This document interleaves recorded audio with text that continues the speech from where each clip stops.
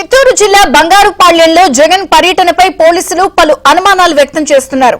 పరామర్శ పేరుతో విధ్వంసానికి వైసీపీ శ్రేణులు సన్నాహాలు చేసుకుంటున్నట్లు పోలీసులకు సమాచారం అందినట్లు తెలుస్తోంది.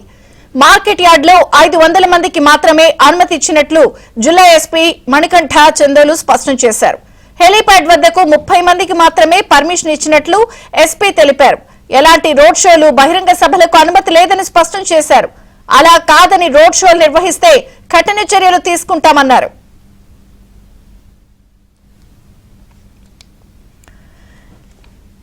ఇక చిత్తూరు జిల్లా బంగారుపాళ్యంలో జగన్ పర్యటనపై పోలీసులు పలు అనుమానాలు వ్యక్తం చేస్తున్నారు. కొన్ని ఆంక్షలు కూడా విధించారు. వివరాలను మహేందర్ రెడ్డి అందిస్తారు. మనోహర్ రెడ్డి అందిస్తారు. మనోహర్, విజయ చంద్రిక, రేపటి రోజు ఏదైతే మాజీ ముఖ్యమంత్రి జగన్మోహన్ రెడ్డి మామిడి రైతులను పరామర్శించడానికి బంగారుపాలెం మార్కెట్ యార్డుకు వస్తున్నటువంటి నేపథ్యంలో ఇక్కడ కొంత టెన్షన్ పరిస్థితులు, ఉద్రిక్త పరిస్థితులు కూడా కొనసాగుతున్నాయి. పలు అనుమానాలు కూడా వ్యక్తం చేస్తున్నటువంటి పరిస్థితి.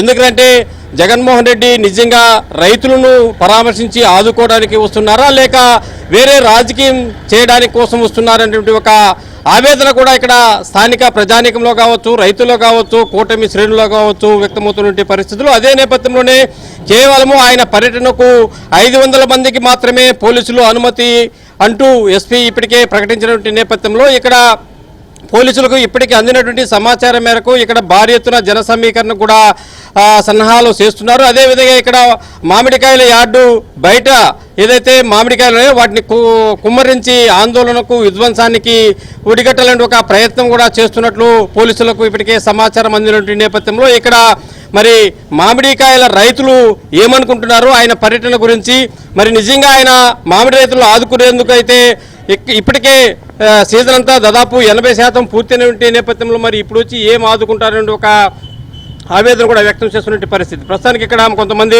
కూటమి శ్రేణులు కావచ్చు, రైతులు కావచ్చు ఉన్నారు. వారిని అడిగి తెలుసుకునేటువంటి ప్రయత్నం అయితే చేద్దాం. చెప్పండి, ఏంటి రేపటి రోజు మాజీ సీఎం జగన్మోహన్ రెడ్డి యొక్క పర్యటన పైన అనేక రకాలంటి ఉత్కంఠ, ఆందోళన కూడా కొనసాగుతుంది. మీకు ఉన్నటువంటి సమాచారం ఏంటి? మాజీ ముఖ్యమంత్రి జగన్మోహన్ రెడ్డి గారు 5 సంవత్సరాల ముఖ్యమంత్రిగా ఉన్న రోజుల్లో ఒక్క రోజు కూడా మామిడి రైతుల కష్ట నష్టాల గురించి, బాధల గురించి పట్టించుకున్న పాపాన పోలేదు. ₹1 రాష్ట్ర ప్రభుత్వం నుంచి సబ్సిడీ కానీ ఏ రూపాన కానీ మామిడి రైతులకు ఇచ్చిన దాఖలాలు లేవు. కానీ ఇప్పుడు ఈ సంవత్సరం 10 ఏళ్ళలో ఎప్పుడు రాలే ఇంత పంట, 6 లక్షల మెట్రిక్ టన్నుల పంట దిగుబడి వచ్చేసింది. ఇలాంటి సందర్భాల్లో గౌరవ ముఖ్యమంత్రి శ్రీ నారా చంద్రబాబు నాయుడు గారు అటు తమిళనాడు కానీ ఇటు కర్ణాటక కానీ ఏ రాష్ట్రంలో ఇవ్వనటువంటి సబ్సిడీ 1 టన్నుకు ₹4,000 ప్రకటించి రైతుల కష్టాన్ని చూసి ఆదుకున్న సంఘటన ఆయన అందరికీ మేమంతా కృతజ్ఞతలు తెలియజేస్తున్నాం. ఇలాంటి సందర్భాలు ఆయన జీర్ణించుకోలేక ఈరోజు బంగారుపాలెం వస్తున్నాడు. ఒకటే అడుగుతున్నాం ఆయన్ని, మీకు సంబంధించిన మీ నేతలు ఇక్కడ పల్ప్ పరిశ్రమలు ఉన్నాయి, ఎంత ఇస్తున్నారో ఒకటి రేపు రైతులకు సమాధానం చెప్పండి అని అడుగుతున్నాం. రెండవది, ఇక్కడ మా రైతులందరూ కూడా అడుగుతున్నారు మిమ్మల్ని, రేపు నువ్వు ఎంత ఇస్తావు, టన్నుకు నువ్వు ₹2 మీ పల్ప్ పరిశ్రమ ప్రకటిస్తావా, లేదు నువ్వు నీ సొంత మీ పార్టీ డబ్బు నుంచి ఇస్తావని మా రైతులు అడుగుతున్న దానికి సమాధానం చెప్పాలని కోరుకుంటూ మా రైతులు కూడా అభిప్రాయం తీసుకొని చెప్పండి. అంటే రేపటి రోజు ప్రోగ్రాము ఏ విధంగా ఉండబోతుంది? ఇక్కడ నిజంగానే సాఫీగా జరగబోతుందా, లేదా ఏదైనా ఆందోళనకరమైన పరిస్థితులు ఇక్కడ కొనసాగే అవకాశాలు ఉన్నాయా? మీకు ఉన్నటువంటి సమాచారం ఏంటి?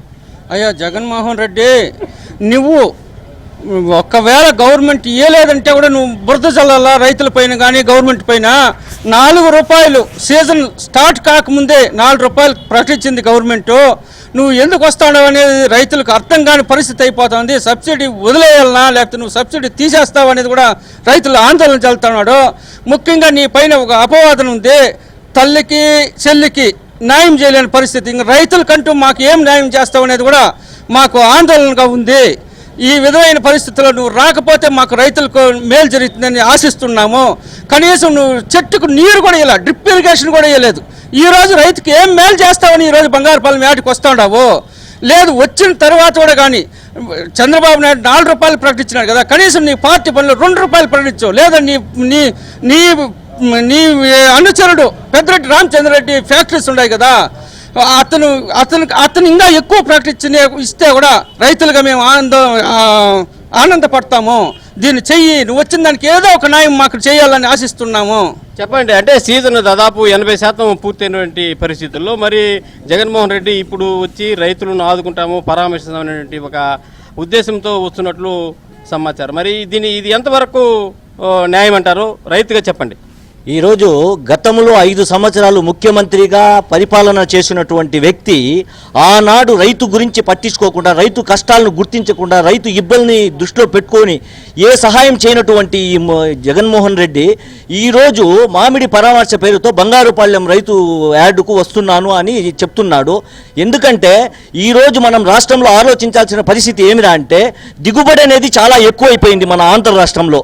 దేశంలో యుద్ధాలు వచ్చి, ఉక్రెయిన్ ఇలాంటి యుద్ధాలు వచ్చి పల్ప్ గుజ్జు అమ్ముడుపోకుండా గుజ్జు పరిశ్రమల్లో చాలా వరకు స్టాక్ ఉండిపోయే కారణం వల్ల ఈరోజు మామిడికి గిట్టుబాటు ధర రాని కారణంగా చాలా దీర్ఘ ఆలోచనతో మన మాన్యాశ్రీ కూటమి ప్రభుత్వంలో ఉన్నటువంటి మన మాన్యాశ్రీ ముఖ్యమంత్రి వాళ్ళు చంద్రబాబు నాయుడు గారు, పవన్ కళ్యాణ్ గారు అందరూ కూడా రైతు నష్టపోకూడదు, రైతుకు ఏ కష్టం రాకూడదు, రైతు చెడిపోకూడదు, రైతును మనం వెన్నంటి ఉండి ఆదుకోవాలనే ఉద్దేశంతో వెంటనే రైతు శాఖ మంత్రివర్యుల్ని ఆదేశించి ఒక్క కేజీకి 4 రూపాయలు సబ్సిడీ రూపంలో రైతుకు సహాయం చేయాలనేటువంటి బృహత్తర ఆలోచనతో సహాయం చేస్తూ ఉంటే 5 సంవత్సరాలు రైతు గురించి, రైతుకు డ్రిప్ పైపులు ఎలాంటి సహాయ సహకారాలు అందించిన ఇది విజయ చంద్రిక. మొత్తానికి రేపటి రోజు బంగారుపాలెం యార్డుకు మాజీ ముఖ్యమంత్రి జగన్మోహన్ రెడ్డి రాక సందర్భంగా ఇక్కడ రైతులు కావచ్చు, అదేవిధంగా కూటమి శ్రేణులు కావచ్చు, ప్రజలు కూడా కావచ్చు కొంత ఆందోళన చెందుతున్నటువంటి పరిస్థితి. ఎందుకంటే గతంలో మనం చూసాం అనేక జిల్లాల పర్యటన సందర్భంగా అక్కడ చోటు చేసుకున్నటువంటి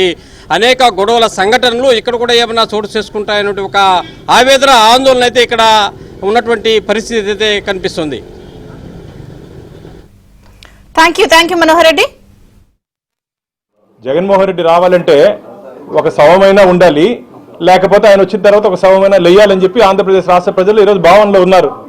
అలాంటి పరిస్థితుల్లో ఈరోజు ఆశ్చర్యంగా మామిడి పండ్ల రైతుల్ని చూడడానికి వస్తున్నారంటే నాకు ఆశ్చర్యంగా ఉంది. రెడ్డి గారు, మీరు తల ఆ పక్క ఈ పక్క తిప్పుకోకుండా, గూగుల్లో చూడకుండా, ఎవరిని అడగకుండా, అదేంటన్నారు మన ఏదో సినిమా గురించి అట్లా అడగకుండా దీన్ని ఏమంటావు చెప్పు, ఈ పండు పేరు చెప్పు చాలు, ఎవరిని అడగ. మా జిల్లాలో మామిడి రైతులు ఎదుర్కొంటున్న సమస్యల గురించి 5 సంవత్సరాలు ఏ రోజైనా మాట్లాడేవా, ఏ రోజైనా రివ్యూ తీసుకున్నావా జగన్మోహన్ రెడ్డి గారు? రేపు వస్తున్న యాత్ర ఒక దండయాత్రగా మేము భావిస్తున్నాం. 10,000 మంది వచ్చేది ఏంది జగన్మోహన్ రెడ్డి? నువ్వేమైనా పాకిస్తాన్ మీదకి ఏమైనా దండయాత్రకి ఏమైనా పోతున్నావు, నువ్వు యుద్ధానికి ఏమైనా పోతున్నావు? నువ్వు వస్తే ఈ 10,000 మంది కానీ వస్తే ఆ మామిడి మండి సరిపోదయ్యా? నువ్వు దాని గురించి తెలియదేమో. మామిడి మండి అనుకుంటే నువ్వు ఏదైనా 100 ఎకరాలు ఉంటుంది అనుకుంటున్నావేమో. మండీలు చిన్నవిగా ఉంటాయి. జగన్మోహన్ రెడ్డి గారు ఇచ్చినటువంటి నియమ నిబంధనలు పాటించి, నేనైతే 500 మంది ఇస్తారని నేనైతే అనుకోలేదు మిత్రులారా. ఇది కూడా నాకు తెలిసి అవసరం లేదు. మనం పోయేది వాళ్ళ కష్ట సుఖాలు చూసేదానికి, వాళ్ళ కష్టాలు పెట్టేదానికి కాదు. జగన్మోహన్ రెడ్డి, నువ్వు ఆడపడుచుల్ని గౌరవించే వ్యక్తి అయితే వెంటనే ప్రసన్న కుమార్ రెడ్డిని నీ పార్టీ నుంచి సస్పెండ్ చేసి నీ చిత్తశుద్ధిని నిరూపించుకో. ఇప్పుడు జగన్మోహన్ రెడ్డి ఇప్పుడు పోతున్నాడు. పోనీ మామూలు రైతులు వస్తే మాట్లాడుకోవడం తప్పేం లేదు. దానికి 1000 మంది మొబైల్ చేయడానికి ట్రై చేస్తున్నారు. చావుకు పిండికి ఒకే మంత్రం అన్నా, దాని అమ్మ గడపగల. చావుకు ఒకే మంత్రం, పిండికి ఒకే మంత్రం అన్నా. ఎన్ని మంత్రాలు ఉంటాయి, డప్పులు ఉంటాయి, మేళాలు ఉంటాయి. చావు మేళాలు వేరు, పిండి మేళాలు వేరు. జగన్మోహన్ రెడ్డి ఒకే మేళం ఉంది, అన్నిటికీ ఒకటే మేళం. ఇది పద్ధతి కరెక్ట్ కాదు. ఇలా ఏదండి, మన కందుకూరు చనిపోయాడు ఒకడు సింగయ్య, ఎట్లా చనిపోయినాయండి. కానీ అలాంటి ప్రాబ్లం క్రియేట్ అయింది కదా. అంత అవసరం ఉందా? ఇప్పుడు అంత అవసరం ఉందా? లేదండి, మీరు పొలిట్ బ్యూరో మెంబర్లు ఉంటారు, 10 మంది 20 మంది ఉంటారు, లేదా 50 మంది ఉంటారు. పోయి మాట్లాడిన వాళ్ళతో పోయి రైతులతో, రైతులకు అంటే రైతులు మొబైల్ చేసి నువ్వు షో ఎందుకని ఆ గొడవ అన్నది. రైతుల సమస్యను రాజకీయం చేయబాకండి, శవాల్ని రాజకీయం చేయబాకండి, శవాల పైన పేలాలు ఎరుకొని తినబాకండి, రాజకీయంగా ఫైట్ చేసుకోండి మంచిదని చెప్పేసి నా ఉద్దేశం.